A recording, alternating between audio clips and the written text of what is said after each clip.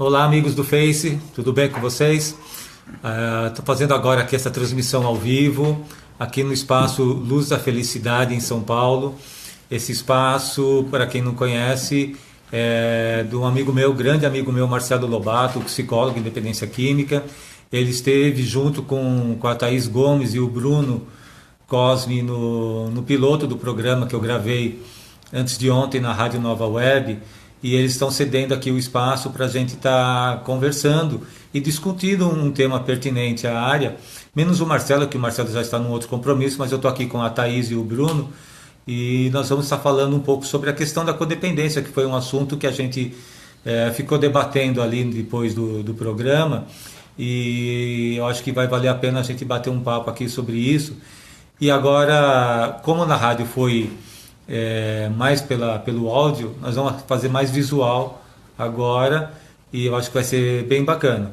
Se vocês quiserem colocar dúvidas aí depois aí na parte de baixo, tá? Vocês coloquem aí, e a gente vai, na medida do possível, respondendo, tá bom? Então eu quero apresentar o Bruno, que está aqui. Oi, Bruno. Oi, pessoal. Boa tarde. Bruno, fala da tua experiência aqui, como é que é o teu trabalho aqui? Eu sou estagiário de psicologia, estou no 10º semestre, já estou no período já de formação, né? E na qual aqui a gente desenvolve trabalhos em grupo, né? Com os residentes da casa. É algo bem envolvido na parte humana e muito bacana de se transmitir. Muito legal. Agora eu vou apresentar a Thaís. A Thaís, ela é gestora aqui da casa e também tem um trabalho muito legal aqui dentro da casa com os pacientes. Oi, Thaís, boa tarde, obrigado pela presença mais uma vez. Boa tarde, meu querido. Muito obrigada a você pelo convite. É sempre uma honra estar participando desse projeto junto com você e com o Bruno. A honra é minha, né? Porque eu acho que vocês fazem um trabalho tão diferenciado que eu acho que é bacana a gente estar divulgando, né? E como eu coloquei para vocês no programa, eu estou com as portas abertas. A gente já está formando uma parceria aqui que eu acho que vai render muitos frutos aí daqui para frente. Não é verdade? Então, já que o assunto é codependência, vamos lá, gente. Como é que é a experiência de vocês com a questão da codependência?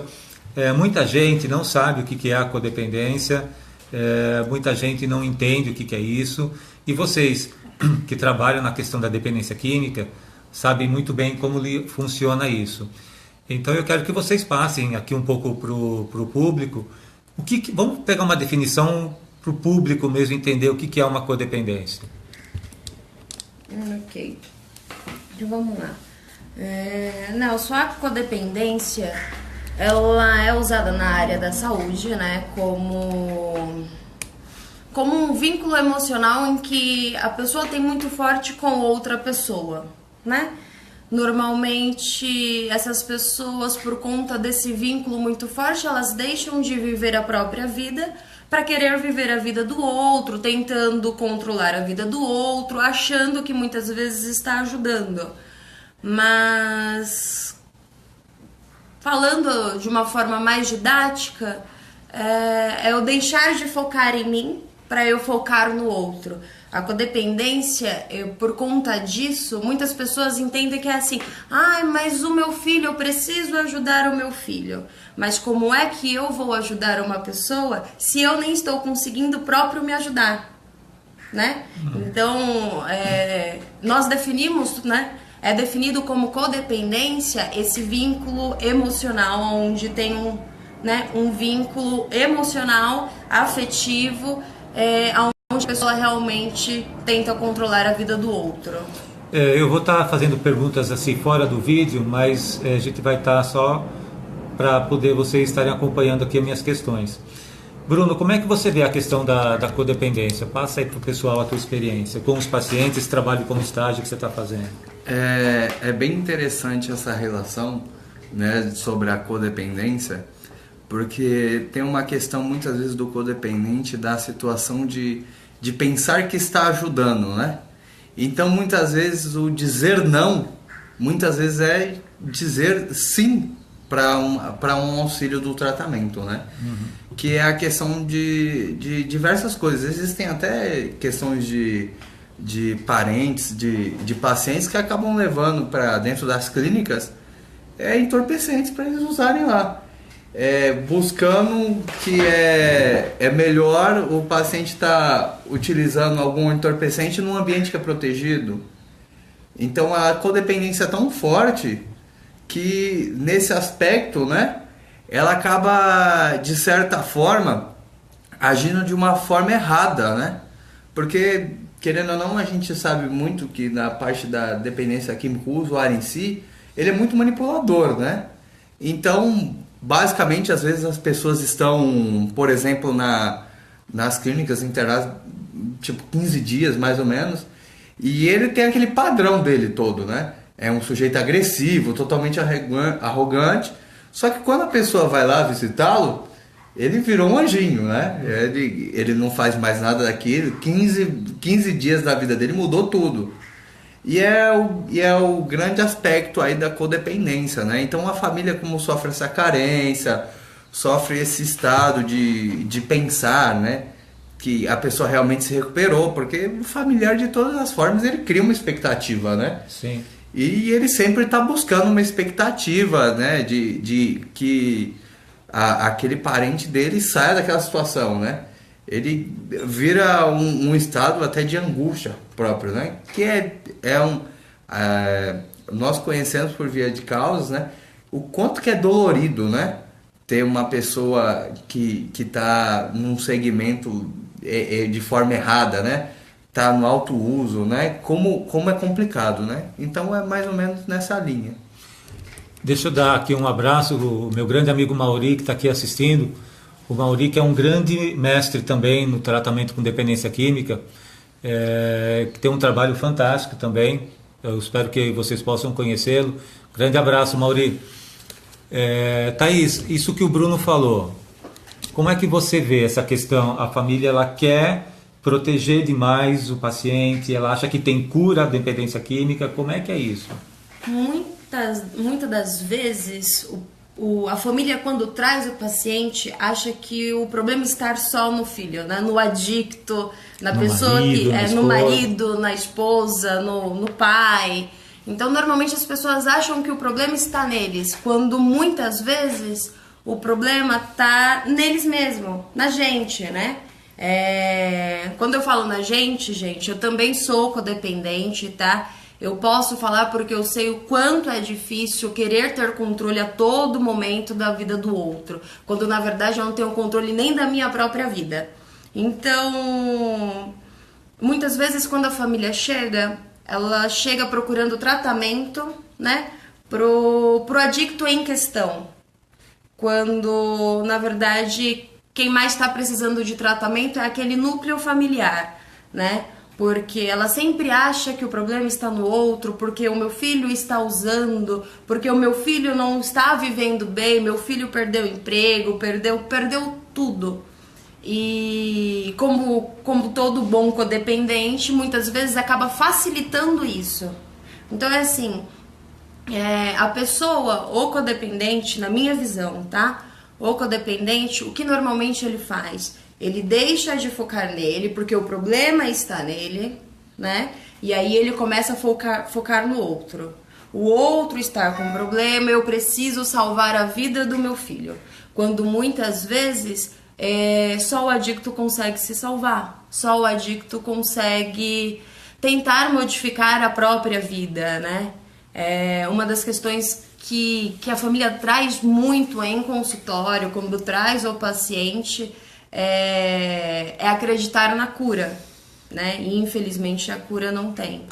Então é por isso que quando o paciente chega até a mim, ou até o Bruno, ou até mesmo no Marcelo, o que a gente sugere é que tanto a família como o paciente se tratem, para que a gente consiga ter um tratamento com uma taxa de resultado e adesão maior e melhor. A família, então, algumas famílias acham que tem cura.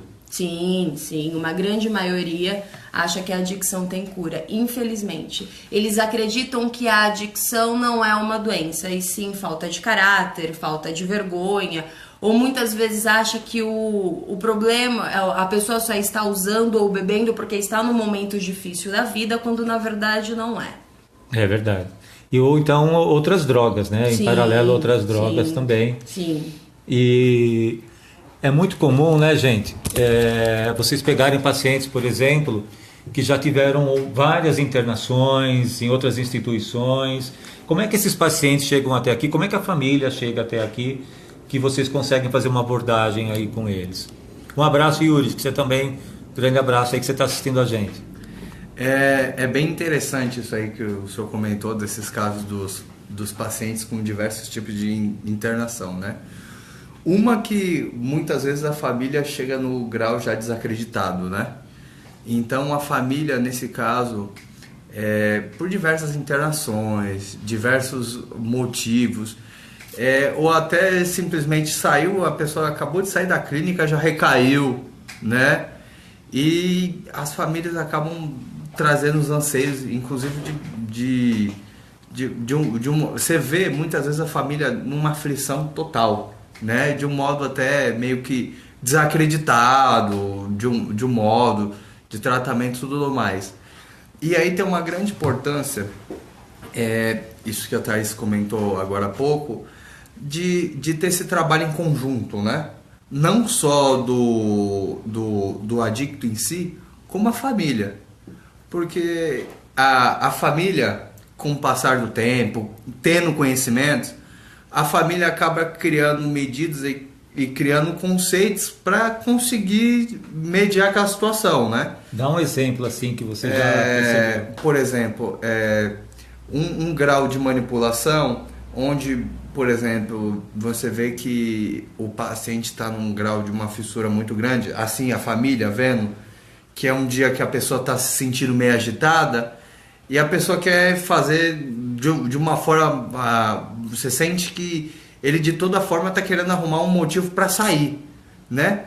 Então a família que já é preparada, ela pode simplesmente ou tentar falar assim, eu acho que agora não é o melhor momento, ou em si acompanhar, né? Que o simples fato, muitas vezes, dela estar lidando com alguma coisa que é frustrante, algo que é demais, que o adicto sente que é demais para ela, né? Esse outra pessoa, tanto sendo um familiar ou sendo um amigo, pode auxiliar, né? É uma das coisas que até essa parte que a gente fala, né, no conceito de quando a pessoa sai das clínicas, sempre tentar andar sempre hermanado, né? Sempre junto de pessoas que já viveram as mesmas situações, estão num período de recuperação mais longo, né, do que aquela.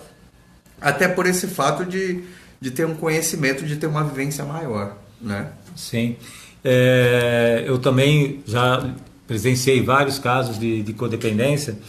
Eu posso dizer um que eu nunca esqueço, quando eu estava trabalhando numa instituição psiquiátrica, a família chegou a oferecer para o filho um carro zero e uma mensalidade básica de R$3.000 por mês para ele largar e não ficar internado. Isso é codependência master, né, gente? Isso é o grau máximo da codependência. Quer dizer, um dos males assim, mais tops da codependência, porque quem garante, né? Isso aí é mera utopia, né, gente? Então, e é claro que, como você falou, se a família não está preparada, aquele parente, aquele familiar vai manipular tudo que ele tem direito, né, Thaís? Sim, é exatamente desse jeito. E conforme você foi falando, eu consigo... Vem alguns casos na minha cabeça de uma paciente em que ela tem uma herança, né, significativa de família, onde ela já chegou a ter em volta de 40 a 42 internações, né, e quando a família trouxe ela para mim, mais uma vez colocou a paciente aqui falando que ela não tinha a possibilidade de voltar para casa. Quando a paciente começou a se tratar, que chegou a concluir mais ou menos um ciclo e meio, que na volta de 28 a 30 dias, a família chega achando que o paciente já está completamente recuperado, né? E promete um mundo para essa paciente. né, que é uma das coisas muito comum que acontece. É a família tentar comprar o filho para que ele pare de usar, né? Ou então a manipulação emocional, né? Que uma das manipulações emocionais para que o filho pare de usar muito comum é assim: mas eu te dou tudo, né? E você ainda faz isso comigo. Por que você faz isso comigo? Acredito que se esse codependente ele tivesse uma compreensão do que é a adicção e do que é a codependência, esse tipo de manipulação emocional não iria estar acontecendo. É por isso que a gente procura estar trabalhando com os dois. Porque não adianta eu ir lá ajudar o adicto a se recuperar, a se manter forte, né? Ensinando toda a programação, acompanhando ele, fazendo com que ele se estruture na vida, enquanto a família tá em cima, né, praticamente dando a droga na mão do paciente. Mas aí quando você fala isso para um pai, o pai ele se espanta, mas muitas vezes é isso que acaba acontecendo. Por quê? Porque a família ela tem aquela questão do premiação. O meu filho está limpo, então eu vou dar um carro. O meu filho está limpo, então eu vou alugar um apartamento. Quando ele não faz mais que a obrigação dele, que é viver de uma maneira saudável, né? É uma das coisas muito comuns que acontece. Eu acredito, porque o codependente parece que fica tão doente quanto... Fica, sem dúvida nenhuma. Sem dúvida nenhuma. É tanto que abala toda a estrutura familiar, né? Obviamente, sempre tem um na família que é mais codependente que o outro, né? Que é aqueles que esconde a mentira do adicto, né? Que passa o pano pro pai ou pra mãe, né? O passar o pano é disfarçar, é omitir, né? É o filho ter feito alguma coisa de errado e aí para não causar mais conflito em casa e continuar protegendo o adicto, esse codependente vai lá e omite. Fala, olha, não fui eu. Eu já recebi mães de falar assim, não foi ele, fui eu. Assumir a própria responsabilidade do que o adicto fez. Eu acredito. Muitas vezes no intuito de querer salvar esse adicto e não funciona desse jeito. E uma coisa que não funciona, na verdade, ele só fortalece os comportamentos manipuladores do filho. Sim, né? É reforçar positivamente o comportamento negativo dele. Exatamente. Isso mesmo. É assim, olha, o meu filho foi lá e roubou R$50 da carteira do pai dele. Mas aí, para não causar um atrito maior entre o pai e esse filho, a mãe vai lá e fala assim, olha, fui eu que peguei. E isso acaba alimentando, né, a ideia do adicto em continuar em uso. É por isso que é necessário também estar trabalhando a família, por conta desses comportamentos, por conta dessas facilitações. Senão não adianta. Eu também tenho casos de pacientes que chegam e me falam assim, Thaís, pelo amor de Deus, não aguento meus pais. Eu tô tentando me manter limpa, eu estou tentando me manter forte e o meu pai não sai de cima. O meu pai me leva para restaurantes onde tá todo mundo bebendo.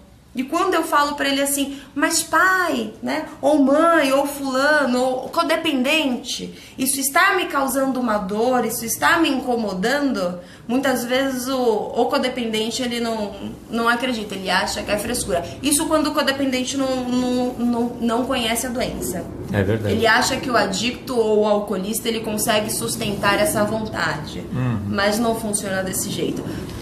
Como é que é a resposta das famílias, assim, elas encaram isso de uma forma legal, Bruno? Elas entendem, a maioria, pela experiência de vocês aqui, as famílias, elas aderem, assumem que são, ou é muito difícil convencer ainda essas famílias? Ou é mais difícil, é mais difícil convencer o adicto do que ele é um adicto? Primeiramente eu vou fazer uma consideração sobre o que a Thaís falou, que eu achei muito importante. É referente quando ela complementa que a família acaba levando para restaurantes. É o que a gente acabou falando no início, que é de pensar que o adicto está curado, né? Então nessa parte que eu quero trazer aqui para vocês é o seguinte, né? Quando acredita o outro está curado e não que ele tem uma uma doença em si, né? Que é uma compulsão, que é um uso compulsivo de querer mais, querer mais, querer mais. E à medida que aquilo que eu vou consumindo, eu acabo necessitando de cada vez mais para suprir aquilo, né? Então vai aumentando. E no grau que o senhor me perguntou sobre as famílias, né? Eu vejo que há um grau muito importante dessa pergunta do senhor, porque é o seguinte, muitas vezes a família, ou as pessoas em geral, é mais fácil apontar o problema do outro do que o seu próprio, né? Então, com base disso, é muito mais fácil a família falar que não tem problema algum e o problema ser do outro.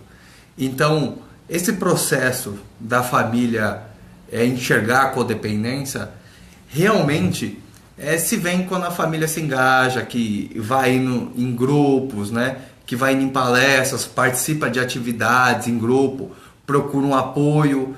Então, com o passar desse tempo, a família acaba conseguindo enxergar, opa, calma aí, não é só ele, né? Porque a gente tem até casos de pacientes que passaram por esse período de tratamento, que quando voltam para casa, o familiar liga. Falou, vem cá, o que vocês fizeram com fulano de tal? Fulano de tal, ele estava aqui, ele não falava nada, né? Porque o adicto, muitas vezes, quando ele está nesse período, né? Ele se mantém na fase dele. As pessoas fazem atividade e muitas vezes ele acaba não dando um certo palpite, né? Então, do nada, a pessoa, quando volta, a pessoa volta tomando atitude. Não, é desse jeito, é daquele e tal. Então, a família, quando ela não está preparada por isso, ela toma um choque, né?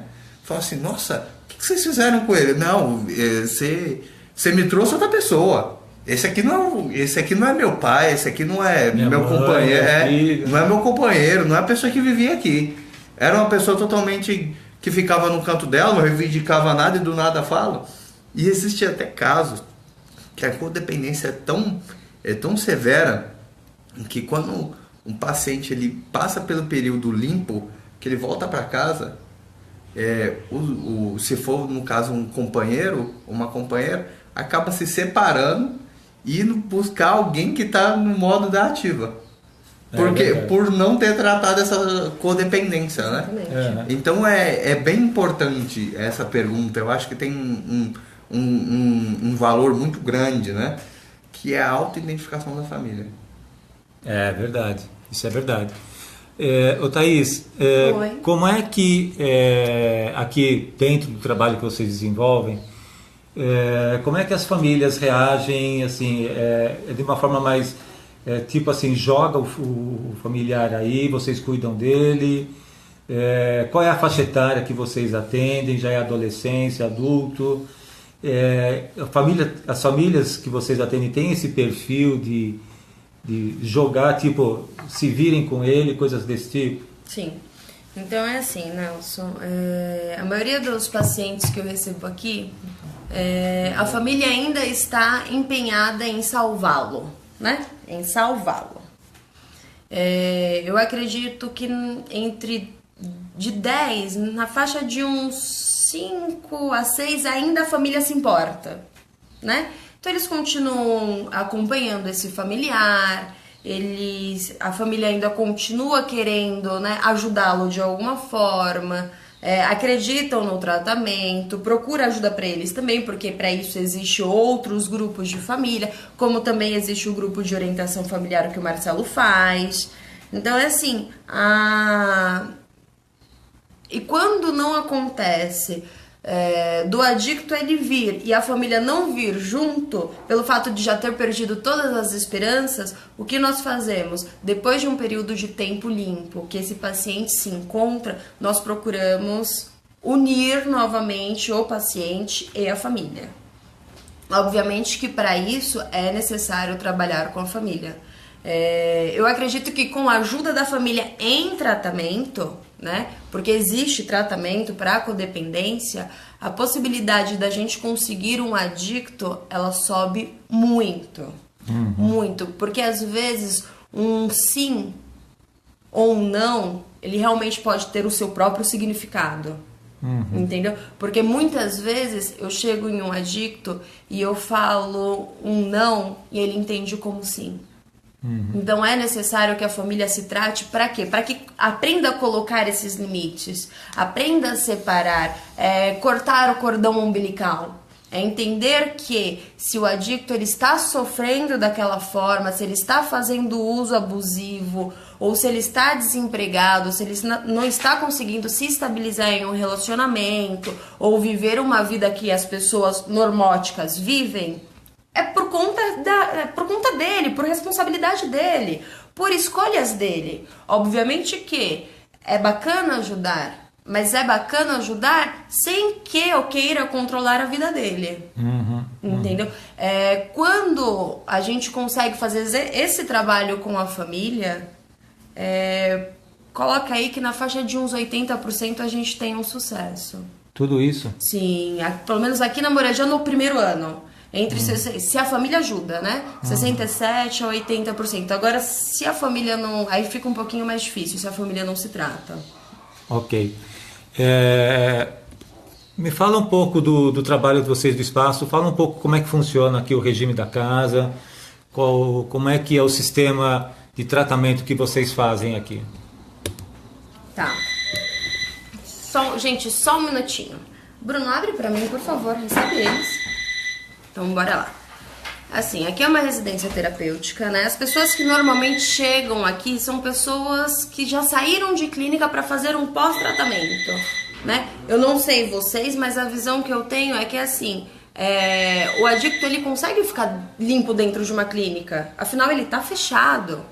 Ele não tá tendo contato com a sociedade. Ele não tá tendo contato com realmente a realidade dele, de estrutura física, psíquica, familiar, financeira. Então ele consegue se manter limpo. O problema tá quando ele sai da clínica. E aí é onde entra o nosso trabalho. Por quê? Porque aí quando ele chega da clínica, que ele vem para a residência, aí ele vai aprender a se manter limpo na rua. Então, sim, esse é o nosso trabalho. Então, a gente recebe o adicto, orienta, procura estar entrando em contato com a família, obviamente, né? Eu preciso realmente desse apoio da família, eu preciso que a família se trate, porque só assim a gente consegue ter uma adesão maior de tratamento. Então, quando esse adicto ele chega, o que nós fazemos? Nós estruturamos, ou melhor, nós, antes de qualquer coisa, verificamos qual a ideia de vida que ele quer ter. Então, assim, se é um paciente que a família está próxima e que a família pode voltar a recebê-lo em casa, então, e ele é desempregado, a ideia é estruturar ele para que ele consiga viver em sobriedade na rua. E após esse período de sobriedade que ele já consegue viver na rua, a gente vai procurando um trabalho, todo mundo junto, né? Vai começando a trabalhar relacionamentos pessoais, relacionamentos amorosos, né? Para que nada vire justificativa para uso.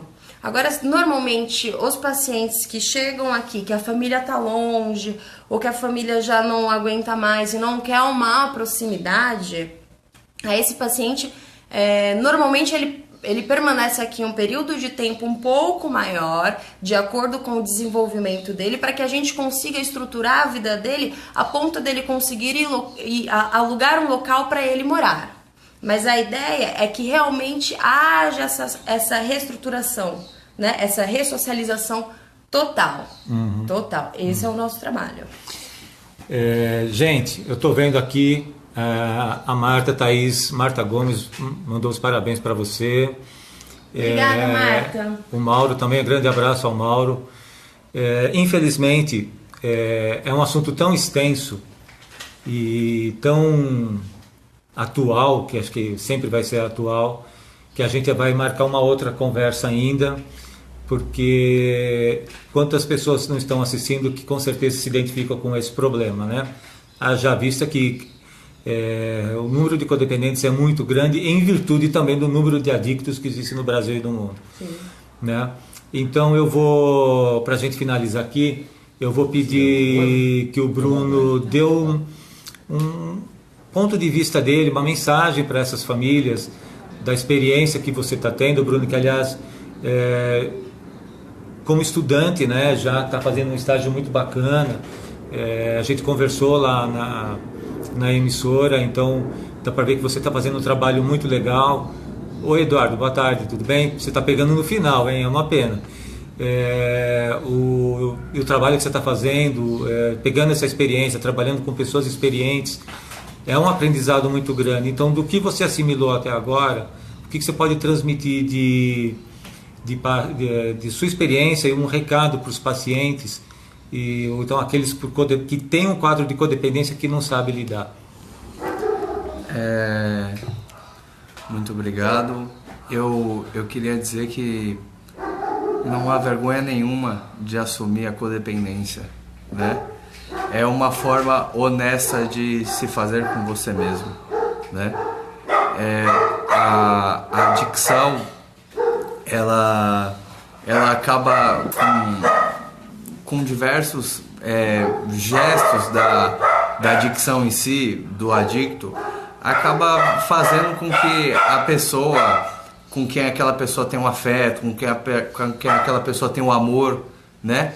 Então faz com que ela tente de todas as formas tentar ajudá-la, né?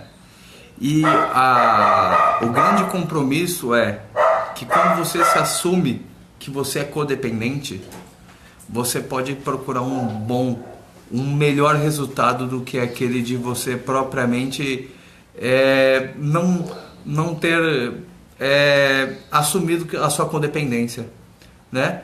Então, para aqueles que são codependentes, né? Então aprenda que nem sempre o não significa uma forma negativa. Às vezes o não é dizer um sim de uma outra forma. Um muito obrigado para aqueles que me escutaram. Obrigado.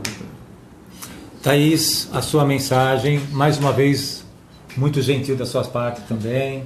Muito obrigada, Nelson. Então é assim, para todas as pessoas que ainda não se identificaram com a codependência, até mesmo para aquelas pessoas que também não se identificam com a adicção, mas que continuam sofrendo de alguma forma por conta do outro ou por conta dele mesmo, eu acredito que existe uma esperança. Eu acredito que a partir do momento que eu busco uma ajuda, seja ela qual for, e quando eu decido que eu quero mudar a minha vida, eu tenho o poder de fazer isso. Eu só não posso mudar o outro, né? Eu posso mudar a mim mesma. E isso serve para todos, para todos. Enquanto eu continuar insistindo em modificar a vida do outro, em tentar controlar o outro, na verdade eu não vou estar nem ajudando o outro e nem a mim mesma, tá? Qualquer coisa, gente, venha falar com a gente, procure um psicólogo, tá? O nosso telefone é 95651-3671, tá? Procure grupos de ajuda, que tem bastante pela região de São Paulo. Caso não se identifique com um grupo de ajuda, procure psicoterapia, procure até mesmo o grupo de orientação familiar que a gente tem. Eu acredito que de uma forma ou de outra a gente consegue um resultado bacana quando todo mundo se dedica. Passa o endereço. Tá? Passa o endereço e onde é que fica a localidade aqui. Ah, sim. O endereço e o nome da casa. Tá. O endereço de onde ocorre o grupo de família é Rua Francisco Cruz 139, tá? É na ONG Viver para a Vida, tá? E o endereço da residência terapêutica, para quem quiser visitar a gente, até mesmo tomar um café e dar risadas, ou muitas vezes até chorar, ou precisa daquele abraço, fique à vontade para vir nos visitar, tá bom? O nosso endereço é Rua Alexandre Buairide, número 6, Vila Mariana. Muito obrigada, pertinho do Nelson. metrô. Pertinho do metrô, gente. Muito obrigada a todos. Olha, gente, que legal, tem mais gente aqui. Juliette, obrigado pela audiência. A Aline, a Célia. A Célia é uma amicíssima que trabalhou comigo lá no hospital. Grande beijo para você, Célia. Gente, dá para ver que é um trabalho realmente bem humanizado, um trabalho bem legal. Vale a pena vocês conhecerem o trabalho deles. Na próxima oportunidade que a gente for gravar, não agora que está chegando o final do ano e tal, né? O Marcelo com certeza vai estar participando aqui também. e nós vamos estar continuando a abordagem desse assunto e entre outros assuntos baseado nas experiências dele. Eu fico muito grato, o Thaís e o Bruno, mais uma vez, pela entrevista que vocês deram, apesar de ter sido curtinha, mas foi bem objetiva, da mesma forma como foi lá no programa, lá na emissora. E desejo muito sucesso para vocês, que vocês tenham aí um grande final de ano, uma bela virada de Natal, de Ano Novo, e o que vocês precisarem da gente, vocês podem contar comigo também, e a gente vai sempre estar falando e fazendo essa parceria junto, tá bom? Então, parabéns pelo trabalho que vocês fazem, um grande abraço para vocês, manda um abraço para o Marcelo, tá? Mandem um abraço para o Marcelo. Mando sim. Tá? Bruno, parabéns pelo seu trabalho. Obrigado. Como estudante, eu tenho certeza que esse menino vai muito longe. E, gente, a Eleni também, obrigado Eleni por você estar aí assistindo, pena que já está no finalzinho, mas vai estar disponível aí para vocês, tá bom? Gente, um grande abraço, fiquem com Deus e até uma próxima, se Deus quiser.